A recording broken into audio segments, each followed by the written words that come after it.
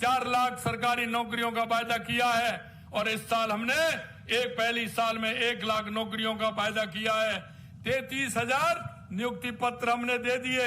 आने वाले समय में लगातार आपको नियुक्ति पत्र हमारे युवाओं को मिलेंगे और आने वाले समय में 1 साल में आज मैं आपसे कह रहा हूं 1 लाख नियुक्ति देने का काम हमारी सरकार करेगी। आपने देखा होगा कैबिनेट में अभी हमने 90,000 वैकेंसियों को मंजूरी दी है। मैं आपसे कहना चाहता हूं मेरे भाई और बहनों, मैंने जब मेरे पास आया कि चतुर्थ श्रेणी कर्मचारी के 60,000 पद खाली है, तो मैं आपसे पूछना चाहता हूं ये 60,000 पद क्या 11 महीने में खाली हो गए? मैं आपसे पूछना चाहता हूं क्या 11 महीने में खाली हो गए? ये रिक्तियां क्या 11 महीने की है? 23,000 सफाई कर्मियों की नियुक्तियां क्या 11 महीने की है? 7,000 ड्राइवरों की भर्तियां क्या 11 महीने की है? मैं उन सरकारों से कहना चाहता हूं जिन्होंने उस गरीब का और किसान का दर्द नहीं जाना, उन युवाओं का दर्द नहीं जाना। अगर ये 5 साल 4 साल 6 साल पहले अगर ये हमारे उन युवाओं को नौकरी दे देते तो इनका क्या जाता, मैं ये पूछना चाहता हूं, क्योंकि इनकी नीयत में खोट था। कांग्रेस ने हमेशा इसी तरह का काम किया है। उसने झूठ और लूट की राजनीति की है, उन्होंने भ्रष्टाचार की राजनीति की है, इसलिए वो किसान के उस बेटे को, मजदूर के उस बेटे को रोजगार नहीं देना चाहते थे। मैं कहना चाहता हूं मेरे भाई और बहनों, हमने आपसे जब 11 महीने पहले हम आपको बीच में आए थे वोट लेने के लिए, वोट मांगने के लिए, हमारे संकल्प पत्र में हमने आपसे वायदा किया था कि हमारी सरकार आएगी तो 450 रुपए में सिलेंडर देगी। मैं आपको कहना चाहता हूं 15 दिसंबर को हमने शपथ ली थी हमारी सरकार ने और 1 जनवरी को 450 रुपए में सिलेंडर करने का काम हमारी सरकार ने किया। यह मैं आपको बताना चाहता हूं। हमने सामाजिक सुरक्षा पेंशन जो 1,000 रुपए थी उसको 1,150 रुपए का करने का काम हमारी सरकार ने किया। यही नहीं, हमारी आंगनवाड़ी की जो बहनें थी उनकी भी 15% पेंशन बढ़ाने का काम किया। हमारे चाहे सरपंच हो, पंचायत समिति के सदस्य हो, पंच हो, उन सभी का भत्ता बढ़ाने का काम हमारी सरकार ने किया। प्रधानमंत्री मातृ वंदन योजना के तहत गर्भवती एवं धात्री महिलाओं को दी जाने वाली राशि को 5,000 से बढ़ाकर 6,500 रुपए का काम हमारी सरकार ने किया। राजीव काका संकुल स्तरीय CLF की गतिविधियों का संचालन के लिए स्वयं के भवन की आवश्यकता हमने देखी और हमने उनकी घोषणा की और मैं इस प्रकार से उदयपुर के सांसद द्वारा सलूमर विधानसभा क्षेत्र में सकल संगठन भवनों के लिए भवन निर्माण की स्वीकृति हमने जारी की है। उसी प्रकार से 84 में भी होने वाली है, यह मैं आपसे कहना चाहता हूं।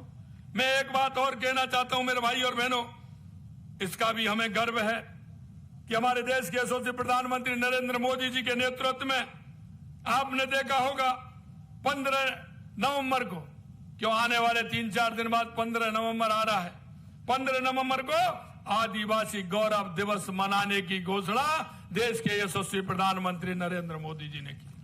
और मैं आपसे कहना चाहता हूं हमारी सरकार भी हर क्षेत्र में 15 नवंबर को आदिवासी गौरव दिवस मनाने का काम करेगी और 15 नवंबर को मैं भी किसी जिले में आऊंगा और इसको धूमधाम से इस गौरव दिवस को हम मनाएंगे।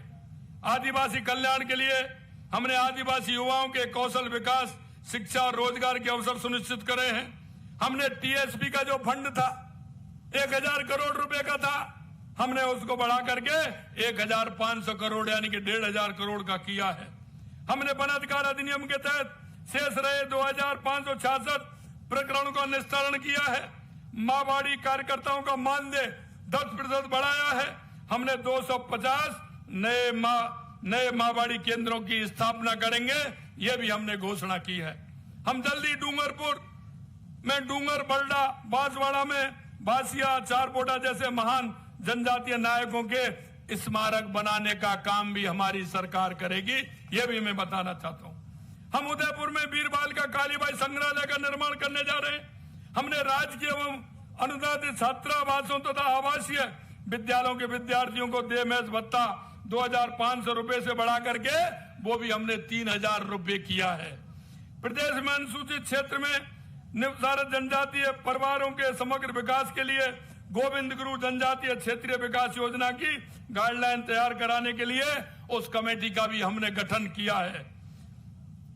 मैं आपसे एक ही बात कहना चाहता हूं, क्योंकि मैंने देखा था आपके यहां के अभी जो सांसद हैं, विधायक थे, पिछली बार मैं प्रदेश का महामंत्री हुआ करता था संगठन का, लेकिन जब मैंने देखा टीवी पर खबर चल रही थी कि एक आदिवासी विधायक को कांग्रेस की सरकार के इशारे पर उनको जाकर के घेर लिया है और घेर करके उनके साथ जबरदस्ती कर रहे हैं, उनको ले जाने का काम कर रहे हैं।